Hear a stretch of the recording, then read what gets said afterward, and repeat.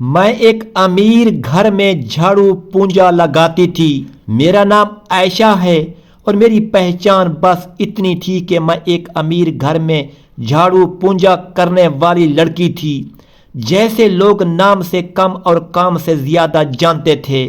اس گھر کی چمکتی ہوئی فرشیں، شیشے جیسے دروازے اور مہنگے صوفے میری محنت کے گواہ تھے، مگر میری ذات وہاں صرف ایک سایہ سمجھی جاتی تھی، ایسا سایہ جس پر قدم رکھنا کوئی گناہ نہیں سمجھتا۔ میرے کپڑے اکثر میلے رہتے تھے، اس لیے نہیں کہ مجھے صفائی پسند نہیں تھی، بلکہ اس لیے کہ دن بھر دوسروں کی گندگی صاف کرتے کرتے میرے اپنے کپڑوں پر بھی محنت کے نشان ثبت ہو جاتے تھے۔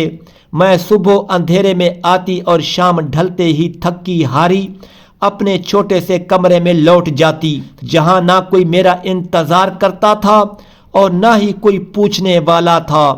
اس گھر کی مالکن خود کو بہت مہذب سمجھتی تھی، مگر ان کی شرافت صرف اپنے جیسے لوگوں تک محدود تھی۔ ان کا بیٹا ریحان ان سے بھی زیادہ بے حس تھا۔ اس کی آنکھوں میں غرور ایسا بھرا تھا جیسے دولت اس کے رگوں میں خون بن کر دوڑتی ہو۔ وہ جب بھی مجھے دیکھتا تو اس کی نظریں میرے وجود کو کاٹ کر رکھ دیتی، جیسے میں انسان نہیں بلکہ کوئی ناپسندیدہ شے ہوں۔ ایک دن میں سین میں جھاڑو دے رہی تھی، میرے کپڑوں پر پانی کے چھینٹے پڑ گئے تھے اور مٹی بھی لگ گئی تھی۔ میں نے ڈرا سا سر اٹھایا ہی تھا کہ ریحان میرے سامنے آ کھڑا ہوا۔ اس نے نفرت سے مجھے اوپر سے نیچے تک دیکھا اور اچانک مجھے زور سے دھکا دے دیا۔ میں زمین پر گر پڑی اور میرے ہاتھ سے جھاڑو چھوٹ گیا۔ اس نے حقارت سے کہا، تم غریب لوگ ہمیشہ گندے ہی رہتے ہو، تمہیں دیکھ کر ہی بدبو آتی ہے۔ اس ایک جملے نے میرے اندر کچھ توڑ دیا۔ زمین پر گری ہوئی میں نے آنکھیں بند کر لیں، کیونکہ اگر آنسو بہہ جاتے تو شاید میری کمزوری سب کے سامنے آ جاتی۔ مالکن یہ سب دیکھ کر بھی خاموش رہی، جیسے یہ سب ہونا بالکل فطری ہو۔ میں نے چپ چاپ اٹھی، جھاڑو اٹھایا اور دوبارہ کام میں لگ گئی، کیونکہ میرے پاس خاموشی کے سوا کوئی اور راستہ نہیں تھا۔ رات کو جب میں اپنے کمرے میں آئی تو دیر تک جاگتی رہی۔ میرے کانوں میں وہی جملہ گونج رہا تھا، تم غریب لوگ گندے ہوتے ہو۔ میں نے آسمان کی طرف دیکھ کر صرف اتنا کہا، یا اللہ، اگر تو نے مجھے انسان بنایا ہے تو میری بے عزتی کا حساب بھی تو ہی لے گا۔ مجھے نہیں معلوم تھا کہ وقت بہت جلد مجھے ایسے موڑ پر لا کھڑا کرے گا جہاں طاقت، غرور اور دولت سب بے بس ہو جائیں گے، اور ایک ایسا راز سامنے آئے گا جو اس بڑے گھر کی بنیادیں ہلا کر رکھ دے گا۔ اگلے دن جب میں اس بڑے گھر میں داخل ہوئی تو فضا کچھ بدل سی محسوس ہو رہی تھی۔ وہی دیواریں تھیں، مگر خاموشی میں ایک عجیب سا بوجھ تھا، جیسے کسی اندیکھے طوفان کی آہٹ ہو۔ میں نے سر جھکا کر اپنا کام شروع کر دیا، کیونکہ مجھے معلوم تھا کہ اس گھر میں سوال کرنے کا حق صرف طاقتوروں کو حاصل ہے، کمزوروں کو صرف حکم ماننا ہوتا ہے۔ ریحان اس دن خاصا پریشان دکھائی دے رہا تھا۔ وہ بار بار فون پر بات کرتا اور پھر غصے میں چیزیں ادھر ادھر رکھ دیتا۔ میں نے انجانے میں اس کے کمرے کے باہر صفائی کرتے ہوئے ایک فائل دیکھی جو میز سے نیچے گری ہوئی تھی۔ میں نے اسے اٹھایا تو اس پر ایک نام لکھا تھا۔ وہ نام پڑھ کر میرا دل ایک لمحے کو رک سا گیا، کیونکہ وہ نام میرے مرحوم والد کا تھا، وہی والد جو برسوں پہلے ایک حادثے میں دنیا سے چلے گئے تھے۔ میرے ہاتھ کانپنے لگے۔ میں نے فوراً فائل وہیں رکھ دی، مگر میرے ذہن میں سوالوں کا طوفان اٹھ چکا تھا۔ میرے والد کا نام اس امیر گھر کے رازوں میں کیوں درج تھا؟ میں سارا دن اسی الجھن میں کام کرتی رہی۔ ہر کمرہ، ہر دیوار مجھے گھورتی محسوس ہو رہی تھی، جیسے یہ گھر خود کوئی سچ چھپائے بیٹھا ہو۔ شام کو مالکہ نے مجھے اچانک اپنے کمرے میں بلایا۔ ان کی آواز میں وہی پرانا غرور تھا، مگر آنکھوں میں ایک انجانی سی بے چینی جھلک رہی تھی۔ انہوں نے مجھے غور سے دیکھا اور کہا، تم زیادہ سوال تو نہیں کرتی؟ میں نے فوراً نظریں جھکا لیں اور دھیمی آواز میں جواب دیا، نہیں بی بی صاحبہ، مجھے بس کام سے مطلب ہے۔ وہ لمحہ بھر خاموش رہیں، پھر جیسے خود کو سنبھالتے ہوئے بولی، یہ گھر نظم و ضبط سے چلتا ہے، جو اپنے کام سے کام رکھے وہی یہاں رہ سکتا ہے۔ میں نے اس بات میں سر ہلا دیا، مگر میرے دل میں اب سکون باقی نہیں رہا تھا۔ وہ فائل، وہ نام اور ریحان کی بے چینی، سب کچھ کسی بڑے سچ کی طرف اشارہ کر رہا تھا۔ میں نے اس رات نیند کی بہت کوشش کی، مگر آنکھیں بند کرتے ہی ماضی کے زخم جاگ اٹھتے۔ میرے والد کی خاموش مسکراہٹ اور ان کی بے بسی مجھے تڑپا دیتی۔ اگلے دن ایک عجیب واقعہ پیش آیا۔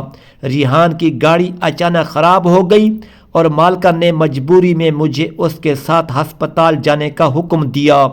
راستے میں ریحان بالکل خاموش تھا۔ پہلی بار اس کے غرور میں دراڑ نظر آ رہی تھی۔ گاڑی میں بیٹھے بیٹھے اس نے اچانک کہا، کچھ سچ ایسے ہوتے ہیں جو انسان کو اندر سے توڑ دیتے ہیں۔ میں نے اس کی طرف دیکھا مگر کچھ نہ بولی، کیونکہ میں جانتی تھی کہ وقت قریب آ رہا ہے، وہ وقت جب سچ خود بولے گا اور یہ کہانی صرف میری بے عزتی تک محدود نہیں رہے گی بلکہ ایک بڑے انجام کی طرف بڑھے گی۔ اس دن کے بعد میری زندگی میں خاموشی اور خوف ایک ساتھ چلنے لگے تھے۔ میں بظاہر ویسی ہی نوکرانی تھی جو سر جھکا کر کام کرتی ہے، مگر اندر ہی اندر میرے سوال اب چیخ بن چکے تھے۔ ہر قدم پر مجھے لگتا جیسے اس حویلی کی زمین میرے راز جانتی ہو اور دیواریں گواہ بننے کے لیے بے چین ہوں۔ ریحان کا رویہ دن بدن بدل رہا تھا۔ وہ اب مجھ سے بات کرتے ہوئے نظریں چرا لیتا۔ اس کے لہجے میں وہ پرانا غرور باقی نہ رہا تھا، بلکہ ایک پچھتاوے کی پرچھائی سی نظر آنے لگی تھی۔ ایک دن جب مالکن شہر سے باہر گئی ہوئی تھی تو ریحان نے مجھے لائبریری میں بلایا، اس کمرے میں جہاں ہمیشہ دروازے بند رہتے تھے اور جہاں جانے کی مجھے کبھی اجازت نہ ملی تھی۔ میں ڈرتے ڈرتے اندر داخل ہوئی تو ریحان کھڑکی کے پاس کھڑا باہر اندھیرے کو دیکھ رہا تھا۔ اس نے بغیر پلٹے کہا، تمہارے والد ایک ایماندار آدمی تھے، شاید اس گھر میں سب سے زیادہ سچے انسان۔ میری سانس رک گئی۔ میں نے ہمت کر کے پوچھا، آپ میرے والد کو کیسے جانتے ہیں؟ وہ مڑا، اس کی آنکھوں میں نمی تھی، کیونکہ اسی ایمانداری کی قیمت انہوں نے اپنی زندگی سے چکائی۔ میرے قدم لڑکھڑا گئے۔ میں کرسی کا سہارا لے کر بیٹھ گئی۔ ریحان نے بتایا کہ برسوں پہلے اس گھر کے کاروبار میں ایک بڑا فراڈ ہوا تھا، جس کا الزام میرے والد پر ڈال دیا گیا تھا، حالانکہ وہ بے قصور تھے۔ سچ سامنے آنے والا تھا، مگر طاقت اور دولت نے انصاف کا منہ بند کر دیا اور میرے والد اس صدمے کو سہ نہ پائے۔ میری آنکھوں سے آنسو بہنے لگے۔ وہ زخم جو برسوں سے بے نام تھا آج اسے نام مل گیا تھا۔ مجھے سمجھ آ گیا تھا کہ مالکن کی نفرت، اس کی سختی اور میری بے قدری سب اسی خوف کا نتیجہ تھی کہ کہیں سچ زندہ نہ ہو جائے۔ ریحان نے دھیمی آواز میں کہا، میں نے بہت دیر کر دی مگر اب مزید خاموش نہیں رہ سکتا۔ اسی لمحے دروازہ زور سے کھلا۔ مالکن واپس آ چکی تھی۔ ان کی آنکھوں میں غصہ اور خوف ایک ساتھ تھا۔ انہوں نے ہمیں ایک ساتھ دیکھا تو ان کا چہرہ زرد پڑ گیا۔ کمرے میں ایک خاموش جنگ چھڑ چکی تھی، جہاں الفاظ سے زیادہ آنکھیں بول رہی تھیں۔ انہوں نے کپ کپاتی آواز میں کہا، تم نے اسے سب کچھ بتا دیا؟ ریحان نے پہلی بار مضبوط لہجے میں جواب دیا، ہاں، کیونکہ سچ کو دفن کرنے سے وہ مرتا نہیں، لوٹ آتا ہے۔ میں اس لمحے سمجھ گئی تھی کہ کہانی اب واپسی کے راستے پر نہیں بلکہ انجام کی دہلیز پر کھڑی ہے۔ وہ انجام جو یا تو انصاف لائے گا یا ایک اور قربانی مانگے گا، اور اس گھر کی دیواریں جلد وہ سچ سننے والی تھی جو برسوں سے ان میں قید تھا۔ کمرے میں چھائی ہوئی خاموشی اب کسی طوفان سے کم نہ تھی۔ مالکن کے ہاتھ کانپ رہے تھے اور ان کی آنکھوں میں وہ خوف صاف جھلک رہا تھا جو سچ کے سامنے آ کر انسان کے چہرے پر اتر آتا ہے۔ میں نے زندگی میں پہلی بار انہیں اس قدر بے بس دیکھا تھا۔ وہ عورت جو برسوں تک میری خاموشی کو کمزوری سمجھتی رہی، آج خود خاموش کھڑی تھی۔ ریحان نے آہستہ مگر پختہ لہجے میں کہا کہ اب یہ راز مزید دفن نہیں رہ سکتا۔ وہ گناہ جو برسوں پہلے کیا گیا تھا اس کی سزا کسی بے قصور کو نہیں ملنی چاہیے تھی۔ میں نے دل کی گہرائی سے سانس لی اور پہلی بار اپنی آواز میں وہ طاقت محسوس کی جو ہمیشہ مجھ سے چھین لی گئی تھی۔ میں نے کہا کہ سچ صرف الزام نہیں مانگتا بلکہ انصاف چاہتا ہے۔ مالکن کی آنکھوں سے آنسو بہنے لگے۔ شاید وہ آنسو پچھتاوے کے تھے یا خوف کے، مگر وہ اعتراف کرنے لگی کہ کس طرح دولت بچانے کے لیے ایک ایماندار انسان کو قربان کیا گیا، کس طرح میرے والد کا نام مٹی میں ملا دیا گیا اور مجھے اس جرم کی زندہ نشانی بنا کر رکھا گیا۔ ان کے الفاظ اب خود ان کے خلاف گواہی دے رہے تھے۔ اسی دن سچ گاؤں تک پہنچ گیا۔ وہی لوگ جو کل تک مجھے حقیر نظروں سے دیکھتے تھے آج نظریں جھکائے کھڑے تھے۔ انصاف نے دیر سے ہی صحیح مگر دروازہ کھول دیا تھا۔ میرے والد کا نام باعزت طور پر بحال کیا گیا اور وہ دولت جو ظلم کی بنیاد پر کھڑی تھی اور اس کی بنیادیں ہل چکی تھی۔ میں اس حویلی سے نکلتے وقت پیچھے مڑ کر نہیں دیکھی، کیونکہ جو جگہ آنسو سے بنی ہو وہاں یادیں زخم بن جاتی ہیں۔ میں نے نئی زندگی کی طرف قدم بڑھایا جہاں میرا نام میرا جرم نہیں بلکہ میری پہچان تھا۔ ریحان نے معافی مانگی مگر میں نے بدلے میں خاموشی دی، کیونکہ کچھ زخم معافی سے نہیں بلکہ قبولیت سے بھر جاتے ہیں۔